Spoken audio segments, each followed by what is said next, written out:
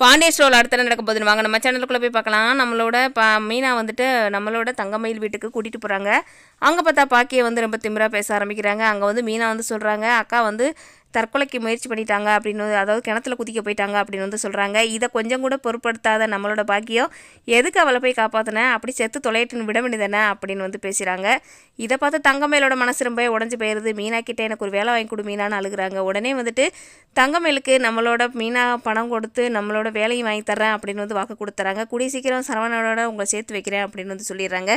இந்த பக்கம் பார்த்தா கோயிலுக்கு வர்றாங்க. அங்கே வந்து பார்த்தா சரவணன் நம்மளோட அஞ்சலியோட பேசிகிட்டு இருக்காங்க.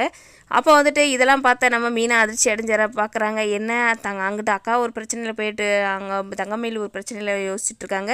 இவர் வந்து இந்த பொண்ணோட பேசிகிட்டு இருக்காங்க. யார் இந்த பொண்ணு அப்படின்னு வந்து யோசிச்சுட்டு இருக்காங்க. அப்போ வந்துட்டு நம்மளோட சரவணன் வந்து பேசுகிறாரு, எனக்கும் வாழ்க்கை சரியில்லை, உனக்கும் வாழ்க்கை சரியில்லை, இனிமேல் வந்துட்டு நமக்கு நல்லா இருக்கக்கூடாதுன்னு அந்த ஆண்டவனே எழுதி வச்சிருக்காங்க.